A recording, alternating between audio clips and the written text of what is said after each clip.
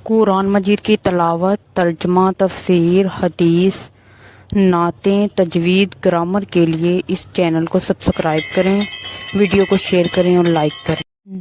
نحمدہ و نصلی علی رسول الکریم، اما بعد، اعوذ باللہ من الشیطان الرجیم، بسم اللہ الرحمن الرحیم۔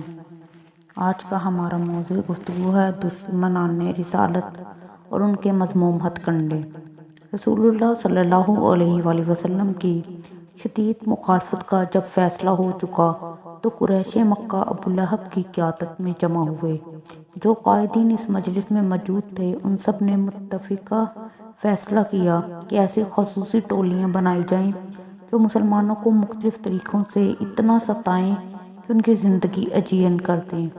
نبی مکرم صلی اللہ علیہ وآلہ وسلم نے دین اسلام کی دعوت دی تو آپ صلی اللہ علیہ وآلہ وسلم کی سب سے زیادہ مخالفت و مزاحمت جن بڑے بڑے سرکردہ لوگوں نے کی ان میں ابو لہب، اس کی بیوی ام جمیل اور ابو جہل سرفہرست تھے۔ ان لوگوں نے آپ کو ہر طرح کی تکلیف پہنچانے میں کوئی کسر باقی نہیں چھوڑی۔ یہ لوگ ہمیشہ آپ صلی اللہ علیہ وآلہ وسلم کو ستانے اور نقصان پہنچانے کے در پہ رہتے تھے۔ عقبہ بن ابی معیط، امیہ بن خلف، نضر بن حارث، اخنس بن شریک اور ابی بن خلف رسول اللہ صلی اللہ علیہ وآلہ وسلم کے کھلے دشمن تھے۔ عروہ بن زبیر فرماتے ہیں کہ 5 افراد ایسے تھے جنہوں نے آپ صلی اللہ علیہ وآلہ وسلم سے بدسلوکی کی اور طنز و استہزاء کی حد کر دی۔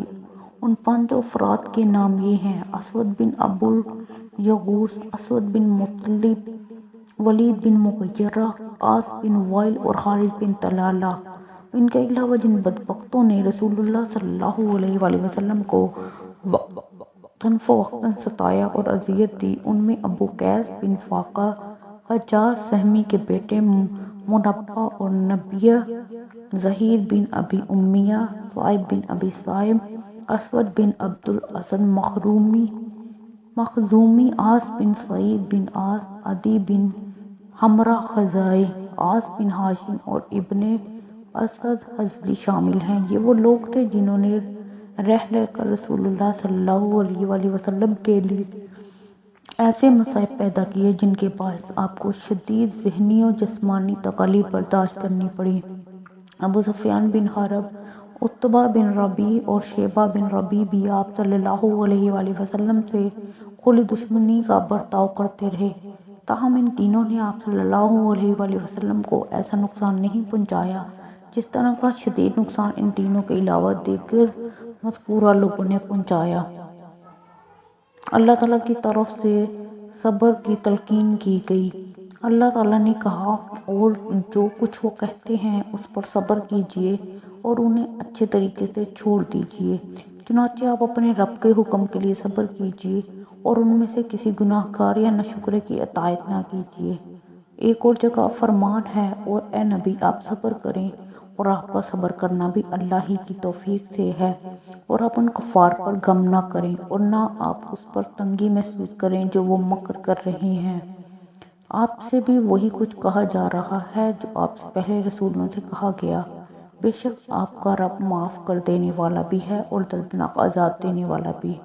اللہ تعالیٰ نے رسول اللہ صلی اللہ علیہ وآلہ وسلم کو صبر کی تلقین کے ساتھ ساتھ یہ تاکید بھی فرمائی، آپ اپنے رب کی حمد کے ساتھ تسبیح کریں اور سجدہ کرنے والوں میں ہو جائیں، اور آپ اپنے رب کی عبادت کرتے رہیں یہاں تک کہ آپ کو موت آ جائے۔ نبی کرم صلی اللہ علیہ وآلہ وسلم اسلام کی تبلیغ و اشاعت میں دن رات مصروف تھے۔ ادھر دشمنان اسلام بھی آپ کی طاق میں تھے اور آپ کو پریشان کرنے کے نت نئے طریقے اختیار کرتے تھے۔ آپ صلی اللہ علیہ وآلہ وسلم جس جگہ بھی دعوت و تبلیغ کے لیے تشریف لے جاتے، مشرکین آپ کے پیچھے پیچھے جاتے اور اسی جگہ جا پہنچتے جو آپ کو شیطان کہہ کر بلاتے، پھر وہ آپ پر ہنستے، آنکھیں مٹکاتے، اشارے کرتے، پھر بڑی حقارت سے آپ کی طرف انگلی اٹھاتے اور کہتے، یہ ہے وہ شخص جو تمہارے خداؤں پر انگلی اٹھاتا ہے۔ قرآن مجید میں ہے، بلا شبہ مجرم لوگ دنیا میں مومنوں پر ہنستے تھے، اور جب وہ ان مسلمانوں کے پاس سے گزرتے تو آپس میں آنکھوں سے اشارے کرتے تھے اور جب وہ اپنے گھر والوں کی طرف لوٹتے تو دل لگی کرتے لوٹتے، اور جب وہ کافر اور مسلمانوں کو دیکھتے تو کہتے بلا شبہ یہ لوگ یقیناً گمراہ ہیں، اور یقیناً وہ اپنی چالیں چل چکے، اور سب تدبیریں اللہ کی نظر میں ہیں، اور ان کی چالیں ایسی تھی کہ ان کی وجہ سے پہاڑ بھی اپنی جگہ سے ٹل جاتا۔ حضرت انس سے روایت ہے کہ رسول اللہ نے فرمایا، بلا شبہ اللہ جل و شانہ کے راستے میں جتنا مجھے خوفزدہ کیا گیا کسی اور کو نہیں کیا گیا، اللہ تعالیٰ کی راہ میں جتنی تکلیفیں مجھے دی گئیں کسی اور کو نہیں دی گئیں۔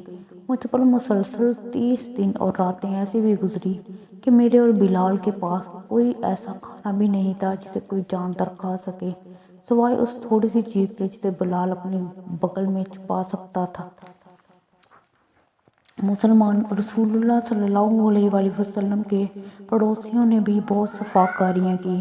ابن اسحاق کا بیان ہے کہ چند بدبخت لوگ ایسے بھی تھے جو نبی اکرم صلی اللہ علیہ وآلہ وسلم کو خود انہی کے کاشانۂ مبارک میں اذیت دیتے تھے۔ سیدنا حکم بن ابی عاص کے علاوہ آپ کا کوئی پڑوسی مسلمان نہیں ہوا۔ ان پڑوسیوں کی طرف سے رسول اللہ کو اذیت دینے کا معمول یہ تھا کہ جب نبی کریم نماز پڑھ رہے ہوتے تو ان میں سے ایک شخص بکری کی بچہ دانی اٹھا لا کر نشانہ باندھتا تھا اور آپ کے وجود گرامی پر دے مارتا تھا۔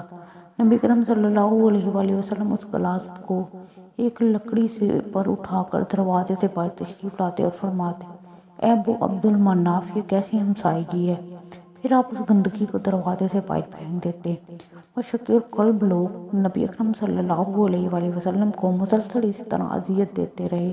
آپ نے ان ناآشنائے انسانیت پڑوسیوں کی رقیق حرکتوں پر بڑے صبر و تحمل کا مظاہرہ فرمایا، اور احتیاطی تدبیر کے طور پر اپنے گھر کے اندر ایک محفوظ گھروندہ بنا لیا تاکہ آپ نماز پڑھتے ہوئے ان لوگوں کی خباثتوں سے محفوظ رہ سکیں۔ جمیل جو کہ ابو لہب کی بیوی تھی، وہ بھی آپ صلی اللہ علیہ وآلہ وسلم کو اذیتیں دینے میں پیش رہتی۔